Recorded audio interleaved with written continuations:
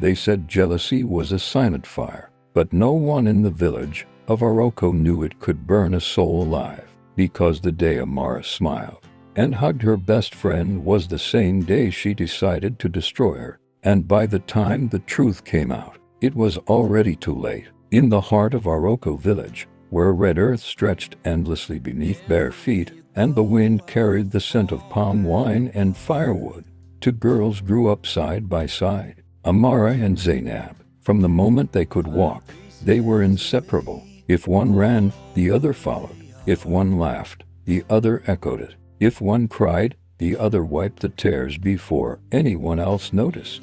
They fetched water together at dawn, balancing clay pots on their heads while gossiping about dreams they'd barely understood. They climbed mango trees, stealing fruits before they ripened. They bathed in the river, splashing and singing as the sun painted gold across the water.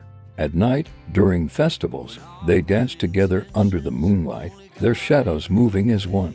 To the village, they were two flowers growing from the same root, but even flowers that grow together do not always bloom the same way.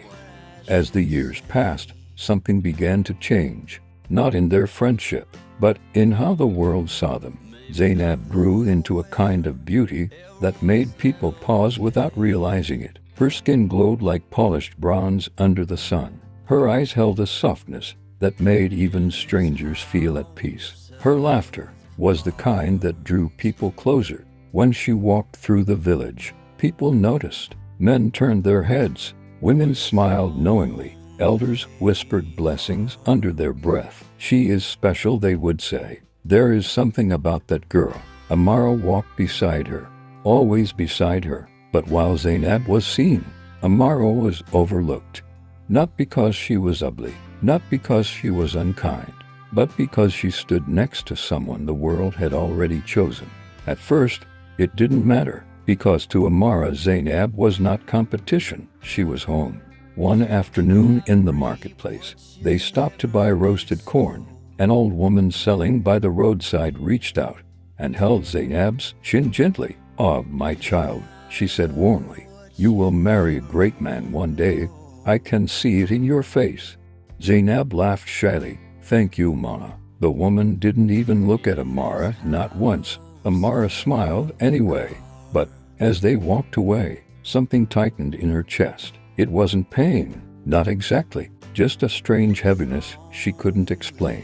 Later that evening, sitting by the river, she asked quietly, "Do you think I am beautiful too?"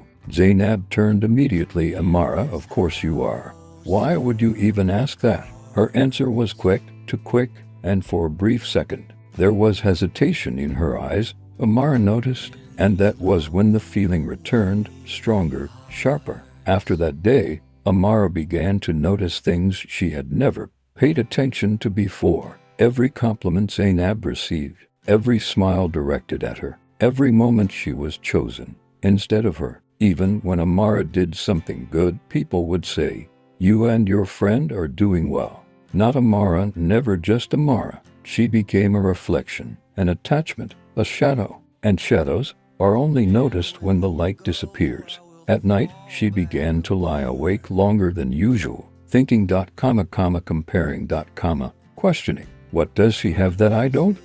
Why do they look at her that way? Why not me? The questions had no answers, only echoes. And those echoes slowly turned into something darker. Amara still loved Zainab, because even as jealousy began to grow, her love did not disappear. There were days she would look at Zainab and feel warmth again. But those moments never lasted, because reality always returned, and with it, the quiet reminder that she was second, always second. And slowly, love began to rot into resentment.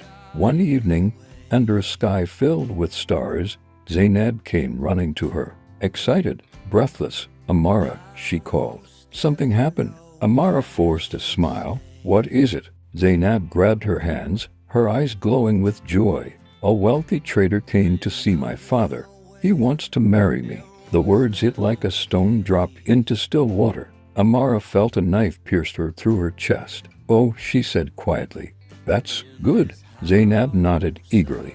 "He has traveled across many lands, He said he would take me with him.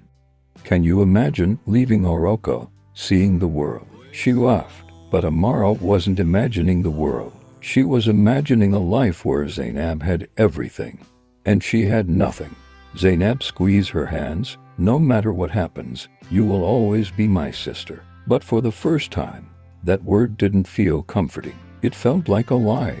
That night, Amara didn't sleep. She sat outside her hut, staring into the darkness. A dangerous thought formed. What if she wasn't like this? What if the balance changed? Amara stood up, her hands trembling, her heart racing. She knew what she was about to do, and still, she did it. The forest beyond Morocco was not a place people visited. It was a place people avoided, because it did not belong to humans. It belonged to something else, something ancient, something that listened and answered only the darkest desires. As Amara stepped into it, the air changed, colder, heavier. The hut appeared slowly, as if it had been waiting for her, crooked, hidden alive in a way that felt wrong. And in front of it sat the woman, watching, waiting. You have come, she said before Amara spoke. Amara froze. Her voice trembled. I need help. No, she said calmly. You want something. Silence fell, heavy. Amara swallowed. I want to be like her. The woman leaned forward, studying her face. Then slowly, she smiled. No, she whispered. You want to be her. And this time, Amara didn't deny it. The air seemed to grow colder. I just don't want to feel like this anymore. The woman's gaze deepened. Jealousy is a hunger, she said. And hunger is never satisfied, only fed. The woman finally stood and handed her the clay pot. Then feed it. When Amara returned, the village felt the same. But she wasn't. Zainab ran to her, worried and relieved.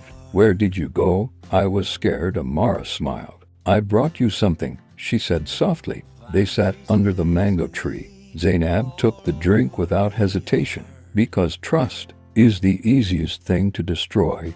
At first, nothing happened. Then, Zainab's expression changed. Confusion, pain, fear. Amara, I don't feel. Her body shook violently.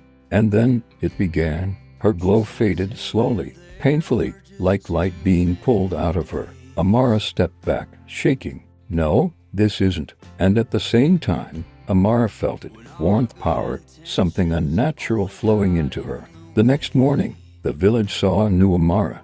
Beautiful, radiant, unforgettable. And they reacted exactly how she had always dreamed. They stared, they admired, they praised. But the joy she expected never came, because every time she turned, she saw Zainab, fading, quiet, broken. Days passed, but peace never came, because guilt is louder than jealousy. One night, Amara found Zainab at the river, sitting alone, staring into the water. Zainab, she whispered. No response. Please talk to me. Zainab finally spoke. You were the only person I trusted without thinking, and you're the one who ended me. Later that night, Amara could not sleep. Every time she closed her eyes, she saw Zainab, fading, reaching, calling her name, Amara. She would wake up shaking, afraid to sleep again, and the praise she once loved began to feel like insults, because every compliment reminded her of what she had done. One evening, she stood alone in front of her mirror. I didn't know it would cost this much. Then she heard a voice, not in her head, a voice, soft, right behind her. Amara. She froze, slowly turned. It was Zainab, but not the Zainab she knew. This one was thinner, faded. You didn't just take my beauty, she whispered. Her smile widened slightly. You took something else too. Amara's heart began to race. Zainab stepped closer. You'll find out when it comes to take yours. The light in the room went out, and Amara screamed.